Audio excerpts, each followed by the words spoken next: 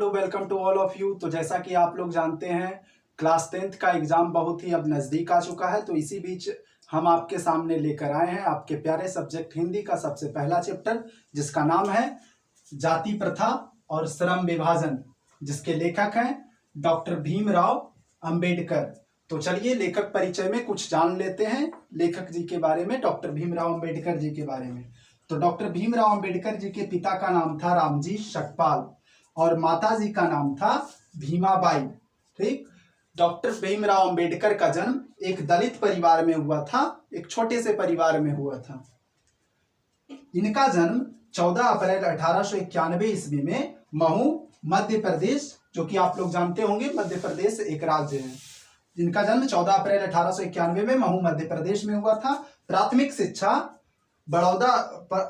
शिक्षा के बाद बड़ौदा नरेश के प्रोत्साहन पर न्यूयॉर्क अमेरिका तथा वहां से फिर लंदन गए थे।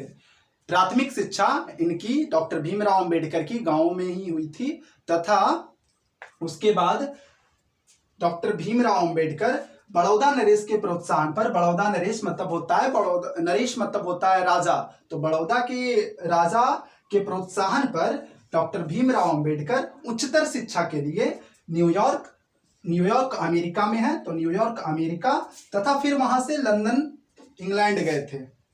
ये उच्चतर शिक्षा इन्होंने बड़ौदा नरेश के प्रोत्साहन पर किया। आपसे ये क्वेश्चन बनता है, 2-3 क्वेश्चन यहाँ से, कि जाति प्रथा के लेखक, जाति प्रथा और श्रम विभाजन के लेखक कौन है? तो डॉक्टर भीमराव अंबेडकर। इनके पिता का नाम क्या था? तो रामजी सकपाल, याद रखेंगे, तथा माता जी का नाम भीमाबाई था। इनका जन्म दलित परिवार में हुआ था।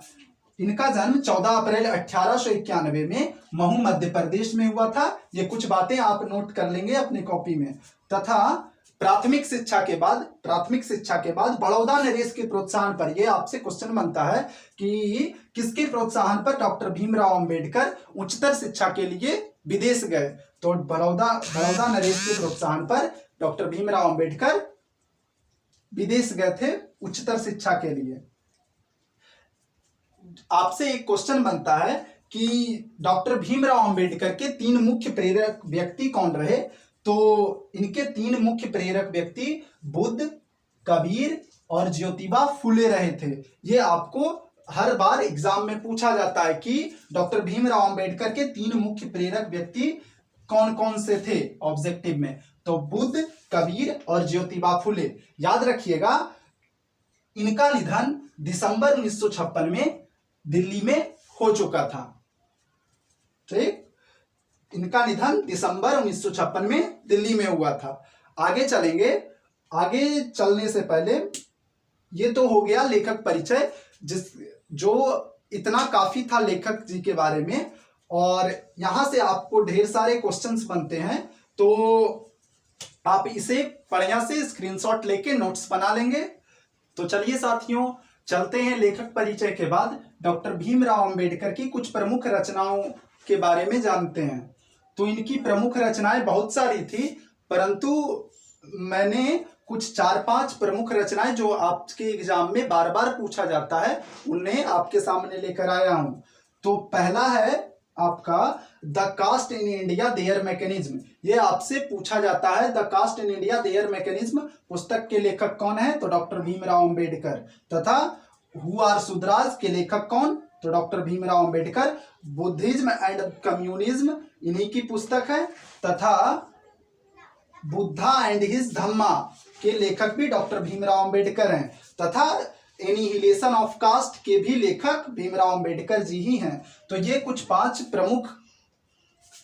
प्रमुख किताबें हैं जिनका लेखन डॉक्टर भीमराव अंबेडकर ने किया है। यह पांचों के पांचों किताब इंग्लिश भाषा में लिखी गई थी। आगे चलिए, आपसे पूछा जाता है डॉक्टर भीमराव अंबेडकर का संपूर्ण वाङ्मय कितनी खंडों में प्रकाशित हो चुका है?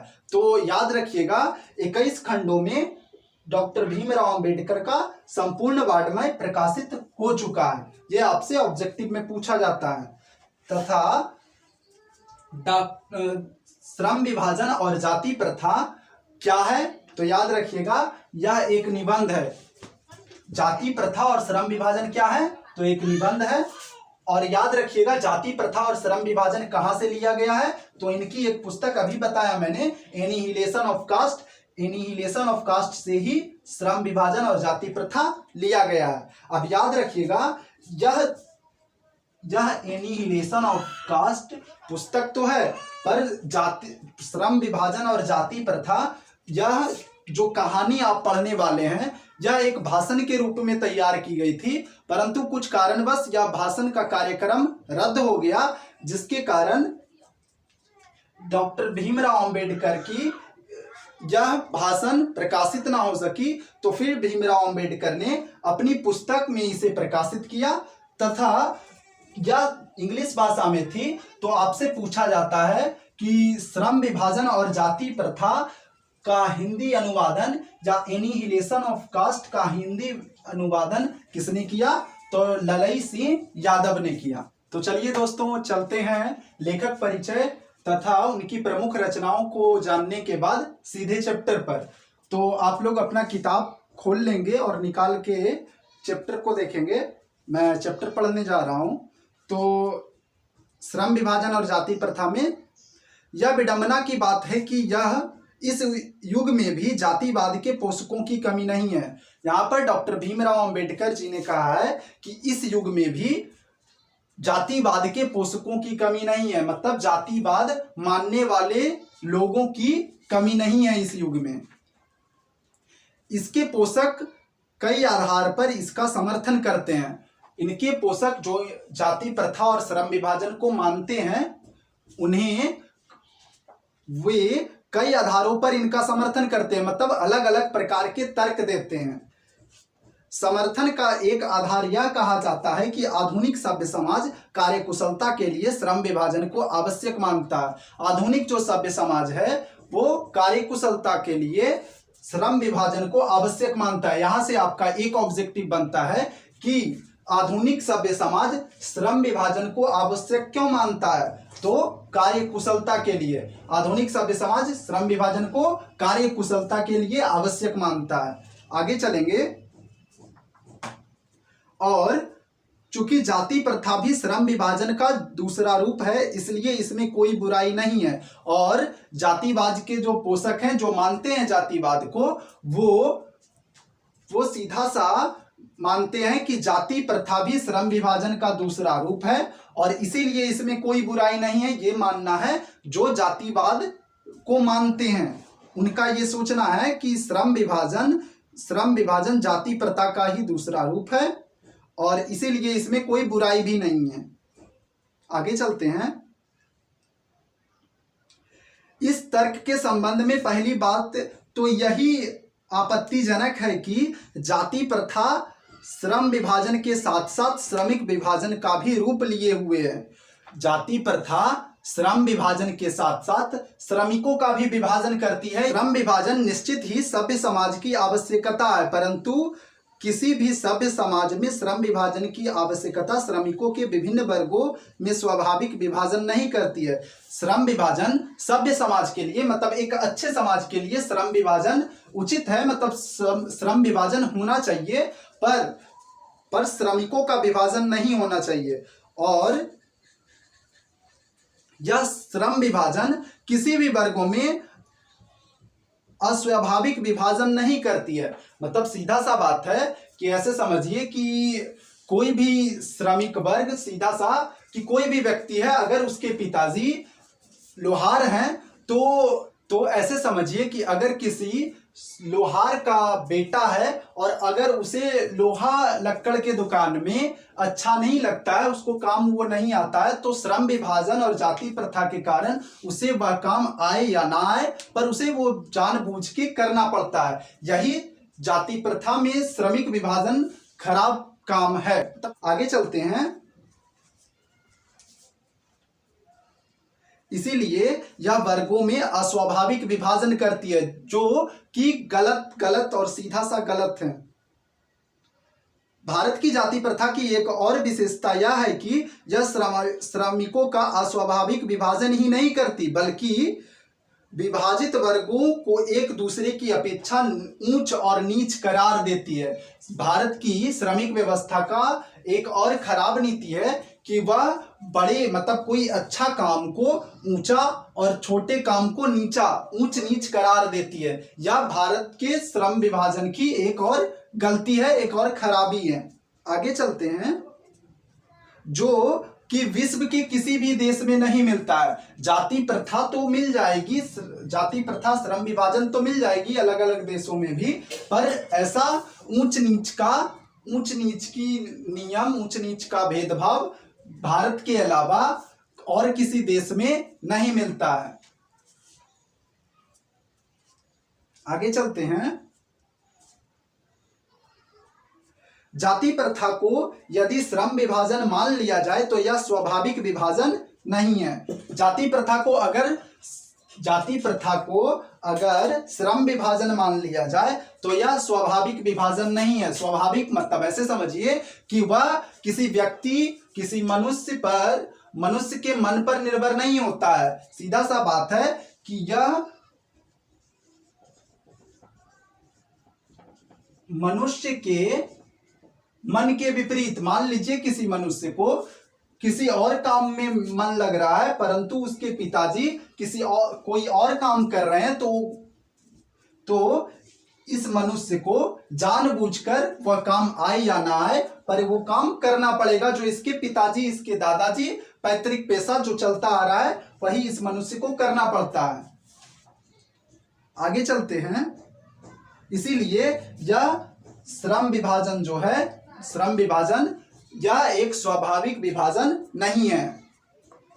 आगे चलते हैं। क्योंकि यह मनुष्य की रुचि पर आधारित नहीं होता है। वही बात है कि यह मनुष्य की रुचि पर आधारित नहीं होता है। ऐसे समझिए कि मान लीजिए ये कोई मनुष्य है जिनके पिताजी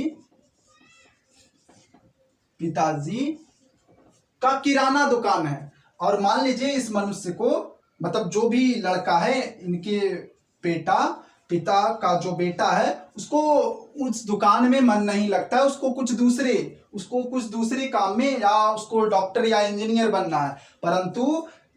परंतु इनके पिताजी का कोई दुकान है जो कि किराना का है, मान लीजिए, तो किराना का दुकान ही इसको बड़ा होके संभालना पड़ता है, जो इस मनुष्य की रुचि इसमें हो या ना हो, परंतु इसके पिताजी का दुकान इसको संभालना पड़ता है। आगे चलते हैं। कुशल व्यक्ति या श्रमिक विभाजन समाज का निर्माण करने के लिए आवश्यक है। कुशल व्यक्ति और श्रमिक विभाजन कुशल समाज का निर्माण करने के लिए तो आवश्यक है, परंतु बिना रुचि के नहीं। मान लीजिए इस मनुष्य को कोई रुचि नहीं है अपने दुकान में बैठने का, तो वो अपने दुकान को बर्बाद कर देगा, तब डुबा देगा। तो सीधा सा बात है कि श्रम विभाजन कुशल व्यक्ति तथा सक्षम व्यक्ति के लिए, श्रमिक विभाजन तो एक अच्छा बात है सभ्य समाज के लिए, परंतु बिना रुचि के नहीं। हम व्यक्तियों की क्षमता इस सीमा तक विकसित करें जिससे वह अपने पेशा या कार्य का चुनाव स्वयं कर सकें। मनुष्यों को इतनी खुली छूट देनी चाहिए कि वह अपने पेशा का चुनाव स्वयं कर सके, मनुष्य स्वयं अपने पेशा का चुनाव कर सके।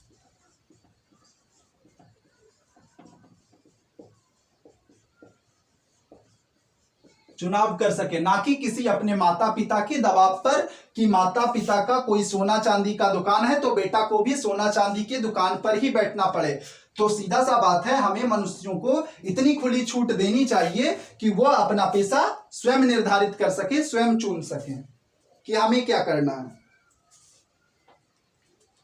इस सिद्धांत के विपरीत जाति प्रथा का दूषित सिद्धांत यह है कि इससे मनुष्य के प्रशिक्षण अथवा उसकी निजी क्षमता का विचार किए बिना दूसरे ही दृष्टिकोण, जैसे माता पिता के सामाजिक स्तर के अनुसार पहले से ही, अर्थात गर्भधारण के समय ही मनुष्य का पैसा निर्धारित कर दिया जाता है।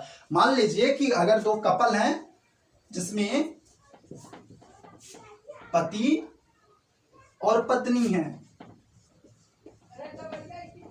और पत्नी के पेट में अगर कोई बच्चा है तो पति या इनके पिताजी सीधा सा कि अगर इस व्यक्ति का कोई दुकान है तो पहले से ही निर्धारित कर दिया जाता है कि ये जो बच्चा आएगा वह अपनी दुकान को ही संभालेगा, जबकि वह अभी माता के गर्भ में ही है। तो गर्भ से पहले ही जाति प्रथा में होता ये था कि किसी भी बच्चे को माता के पेट से ही उसका पेशा निर्धारित कर दिया जाता था, जो कि बहुत ही गलत है। आगे चलते हैं। जाति प्रथा पेशे का दोषपूर्ण निर्धारण ही नहीं करती, बल्कि मनुष्य को जीवन भर के लिए एक पेशे में बांध भी देती है। याद रखिएगा, जाति प्रथा दोषपूर्ण तो है ही है, पर यह मनुष्य को जीवन भर के लिए एक पेशे में बांध देती है। भले ही पेशा अनुपयुक्त अपर्याप्त होने के कारण वह भूखे क्यों ना मर जाए। अब मान लीजिए कि इस बच्चे को अगर कोई दुकान में बैठा दिया जाए, अपने पिता के दुकान पर बैठा दिया जाए, और बच्चे को जो बच्चा है वो बड़ा होकर के अपने पिता के दुकान पर बैठे और उसे कोई रुचि ना हो अपने दुकान में, तो सीधा सा बात है वह बच्चा अपने दुकान को ना चला पाएगा और वह भूखे ही क्यों ना मर जाए, परंतु उसको वही काम करना पड़ता है जो उसके पैतृक पेशा से यानी दादा पिता करते आ रहे हैं। आधुनिक युग में यह स्थिति प्रायः आती है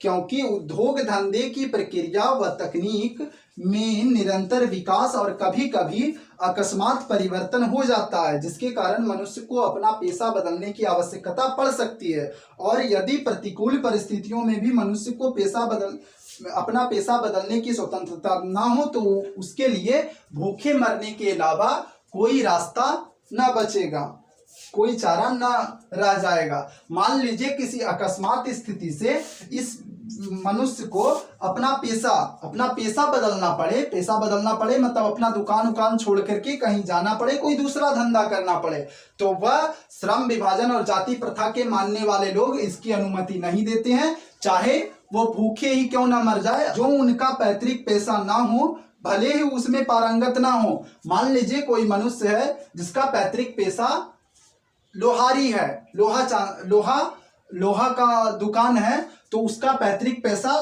लोहा लक्कड़ का काम है। अगर उसको वो गुण लोहा में कोई इंटरेस्ट ना हो, अपने दुकान में कोई इंटरेस्ट ना हो, मतलब कुछ ना आता हो लोहा लक्कड़ के बारे में, तब भी उसे वह काम करना पड़ता है। काहे ना वह पारंगत हो या ना हो। इस प्रकार पेशा परिवर्तन की अनुमति न देकर जाति प्रथा भारत में बेरोजगारी का प्रमुख व प्रत्यक्ष कारण बनी हुई है। इस प्रकार पेशा बदलने की अनुमति ना देकर के भारत में जाति प्रथा एक बेरोजगारी का प्रमुख कारण बनी हुई है। आगे चलिएगा। इस प्रकार हम देखते हैं कि श्रम विभाजन की दृष्टि से भी जाति प्रथा गंभीर दोषों से युक्त है। इस प्रकार हम पाते हैं, अगर हम ऐसे देखते हैं तो श्रम विभाजन की दृष्टि से भी जाति प्रथा गंभीर दोषों से युक्त है, मतलब मिली हुई है। जाति प्रथा का श्रम विभाजन मनुष्य की स्वेच्छा पर निर्भर नहीं रहता। जाति प्रथा मनुष्य की स्वेच्छा पर, मतलब मनुष्य के मन पर निर्भर नहीं होता, और उसके माता पिता जो कहें या दादा दादी जो कहें, जो पैतृक पेशा हो, उसे वह जानबूझ के करना पड़ता है, वो आए चाहे ना आए। मनुष्य की व्यक्तिगत भावना तथा व्यक्तिगत रुचि का इसमें कोई स्थान अथवा महत्व नहीं होता है। ये बात तो पहले हो चुका है कि इसकी मतलब कोई भी मनुष्य का अपनी भावना और व्यक्तिगत महत्व नहीं रह जाता है, वो उसको कुछ है कोई मतलब नहीं उससे, उसका पैतृक पैसा ही उसको संभालना पड़ता है। इस आधार पर हमें यह स्वीकार करना पड़ेगा कि आज के उद्योगों में गरीबी और उत्पीड़न इतनी बड़ी समस्या नहीं जितनी यह कि बहुत से लोग निर्धारित कार्य को अरुचि के साथ केवल व्यवस्थावश करते हैं। मतलब आज के उद्योग धंधों में बहुत से लोग निर्धारित कार्य को अरुचि के साथ केवल विवशतावश करते हैं। ऐसी स्थिति स्वभावतः मनुष्य को दुर्भावना से ग्रस्त होकर टालू काम करने और कम काम करने के लिए प्रेरित करता है। आप ऐसे समझिए कि अगर आपको कोई काम ना आता हो या उसमें आपको मन ना लगता हो तो आप कोढ़ी की तरह उसमें बैठे रहेंगे और कोई ज्यादा काम ना कर पाएंगे। मतलब मान लीजिए आपको मैथ पढ़ने में, मान लीजिए सपोज कि मैथ पढ़ने में अच्छा नहीं लगता है, मैथ बनाने में अच्छा नहीं लगता है, तो आप 2 से 3 घंटा मैथ को लेके बैठ जाए, मतलब मैथ को लेकर बैठ भी जाए तो उसमें कोई ज्यादा हिसाब ना बना पाइएगा।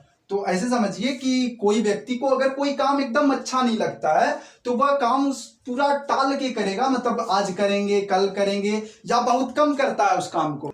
तो आई होप आप लोग समझ चुके होंगे। तो ऐसी स्थिति में जहां काम करने वालों का दिल ना लगता हो ना दिमाग, कोई कुशलता कैसे प्राप्त की जा सकती है। मान लीजिए आपको कोई काम नहीं आता है और आपको वो काम दे दिया जाए तो आपको वो उस काम में मन बिल्कुल भी नहीं लगेगा, तो आप उस काम में पारंगत कैसे होंगे। यह कहना है लेखक जी का, डॉक्टर भीमराव अंबेडकर का, कि अगर कोई काम में आपको दिल ना लगे, आपका मन ना लगे, तो उस कार्य को पहले तो आप टालिएगा और कम काम करिएगा, और इस कार्य में आप बहुत बहुत बहुत मतलब कुशल नहीं हो सकते हैं। आगे चलते हैं। अतः यह निर्विवाद रूप से सिद्ध हो जाता है कि आर्थिक पहलू से भी जाति प्रथा हानिकारक है। आपसे यहां पर एक ऑब्जेक्टिव बनता है कि आर्थिक दृष्टिकोण से जाति प्रथा क्या है, लाभदायक या हानिकारक। तो आप टिक, मतलब ऑप्शन में एक हानिकारक रहेगा, उसको टिक करिएगा, हानिकारक को।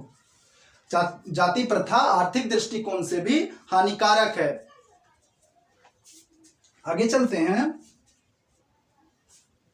क्योंकि यह मनुष्य की स्वाभाविक प्रेरणा, रुचि व आत्मशक्ति को दबाकर उन्हें अस्वाभाविक नियमों में जकड़कर निष्क्रिय बना देती है।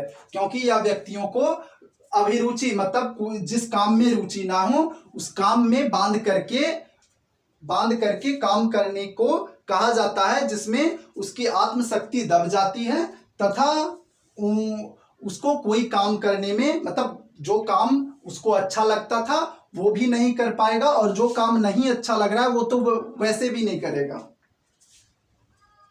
आगे चलते हैं। अब मैं समस्या के रचनात्मक पहलू को लेता हूं। मेरे द्वारा जाति प्रथा की आलोचना सुनकर आप लोग मुझसे यह प्रश्न पूछना चाहेंगे कि यदि मैं जातियों के विरुद्ध हूं तो फिर मेरी दृष्टि में आदर्श समाज क्या है। यहाँ पर डॉक्टर भीमराव अंबेडकर जी कह रहे हैं कि अगर आप लोग इस कहानी को पढ़ के इतना तो समझ गए होंगे कि डॉक्टर भीमराव अंबेडकर जाति प्रथा के आलोचक हैं, मतलब कि वह जाति प्रथा को नहीं मानते, या एक खराब नीति भी है। तो यहाँ पर जाति प्रथा को तो भीमराव अंबेडकर सही नहीं मानते हैं, पर वे एक प्रश्न आपके मन के प्रश्न का आंसर देना चाहते हैं कि डॉक्टर भीमराव अंबेडकर की दृष्टि में आदर्श समाज क्या है। तो आदर्श समाज डॉक्टर भीमराव अंबेडकर की दृष्टि में, तो मेरा उत्तर यह होगा कि मेरा आदर्श समाज स्वतंत्र, समता, भ्रातृत्व पर आधारित होगा। मतलब स्वतंत्र होगा, समता उसमें होनी चाहिए, उस समाज में भ्रातृत्व होनी चाहिए। यह ठीक नहीं है? भ्रातृत्व अर्थात भाईचारे में किसी को क्या आपत्ति हो सकती है। ऐसे समझिए, स्वतंत्रता मतलब किसी भी व्यक्ति को अपने काम स्वयं चुनने की स्वतंत्रता होनी चाहिए कुशल समाज में, तथा समता होनी चाहिए। मतलब सभी लोग, अगर कोई छोटा काम भी कर रहा है और बड़ा काम भी कर रहा है, पहले तो काम छोटा बड़ा नहीं होता है, तो ऐसे नहीं कि वो कोई नाली साफ कर रहा है तो वो नीच जाति का है, कोई बड़ा सोना चांदी के दुकान, मतलब सोना चांदी बेच रहा है तो वो बड़ा जात का है। तो ऐसा नहीं होना चाहिए, बराबर होना चाहिए, सभी के काम बराबर होने चाहिए और सब में समानता होनी चाहिए, समता होनी चाहिए। और भ्रातृत्व होनी चाहिए, मतलब सब समाज के सभी लोग आपस में भाई के तरह मिलजुल कर रहे हैं और भाई माने एक दूसरे को। किसी भी आदर्श समाज में इतनी गतिशीलता होनी चाहिए कि जिससे कोई भी वांछित परिवर्तन समाज के एक छोर से दूसरे छोर तक संचालित हो सके। आप ऐसे समझिए कि मान लीजिए कोई गरीब व्यक्ति है या कोई लोहार व्यक्ति है। मान लीजिए कि यह जो व्यक्ति है वह जाति से लोहार है और यहाँ कोई सोनार जाति का व्यक्ति है। अब मान लीजिए इस लोहार व्यक्ति को लोहा लक्कड़ के दुकान में रुचि नहीं है, उसको सोना चांदी बेचना आता है, उसको सोना चांदी बेचने में अच्छा लगता है।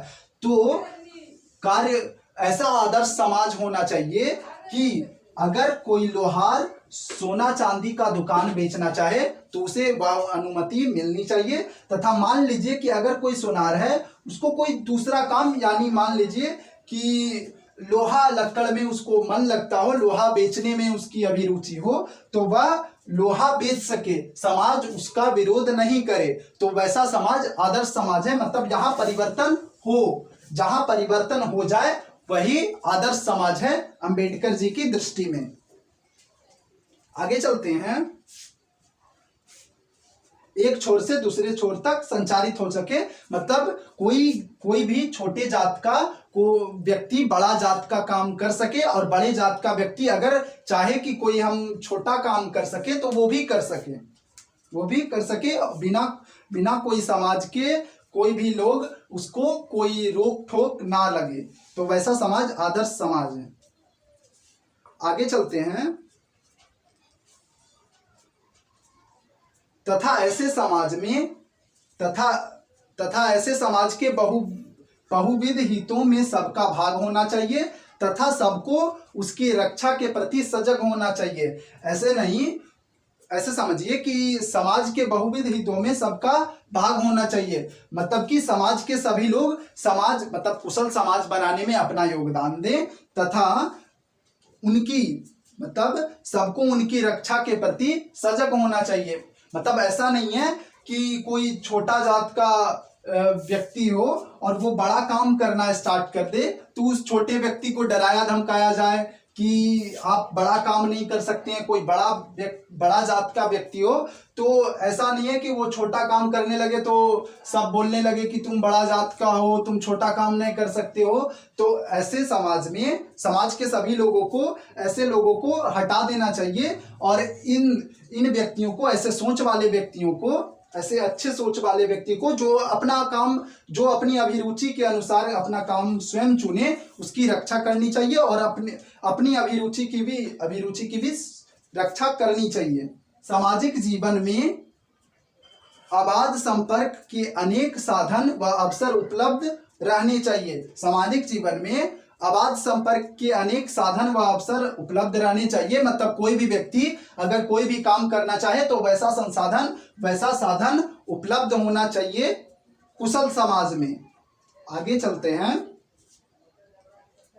उपलब्ध रहना चाहिए, तात्पर्य यह है कि दूध पानी के मिश्रण की तरह भाईचारे का सही वास्तविक रूप है। यहां से आपका एक ऑब्जेक्टिव बनता है कि भाईचारे का वास्तविक रूप कैसा है, तो दूध पानी के मिश्रण की तरह। इसे आप लोग अपनी कॉपी में नोट कर लेंगे कि भाईचारे का वास्तविक रूप कैसा होना चाहिए, तो दूध और पानी के मिश्रण की तरह। जिस प्रकार दूध और पानी मिल जाते हैं एक दूसरे में, उसी प्रकार सभी आदर्श समाज में सभी लोग आपस में भाई भाई के तरह मिल कर रहे हैं, दूध पानी की तरह।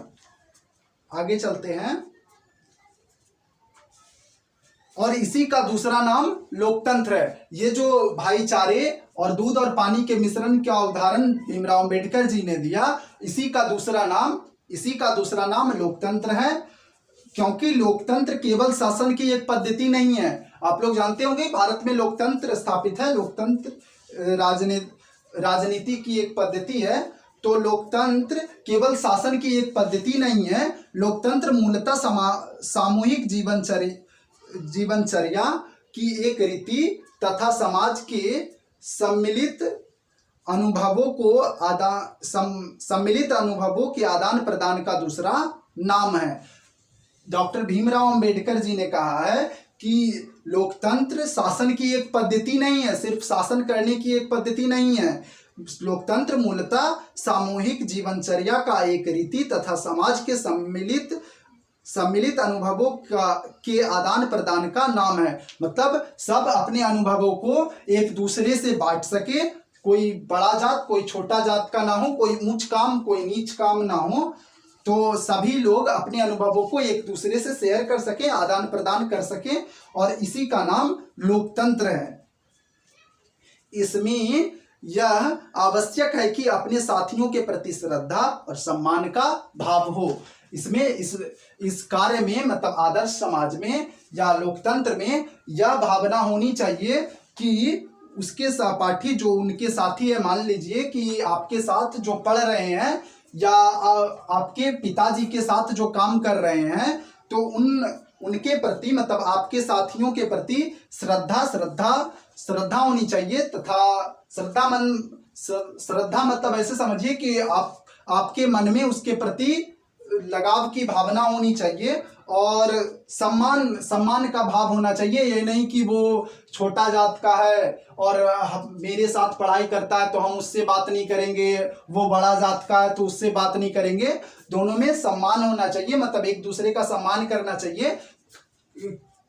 काहे ने क्योंकि लोकतंत्र की यही भावना है। और ऐसा नहीं होना चाहिए कि मान लीजिए कि आपके पिताजी कोई अलग काम कर रहे हैं, उसके पिताजी कोई अलग काम कर रहे हैं, तो सम्मान नहीं होना चाहिए कि उसके पिताजी तो छोटा काम करते हैं तो उससे हम बात क्यों करेंगे। तो इन आप दोनों के प्रति मतलब जो आपके साथ पढ़ते हैं या आपके साथ काम करते हैं, आपके साथियों के प्रति श्रद्धा और सम्मान की भावना होनी चाहिए। चैप्टर कंप्लीट हो गया है।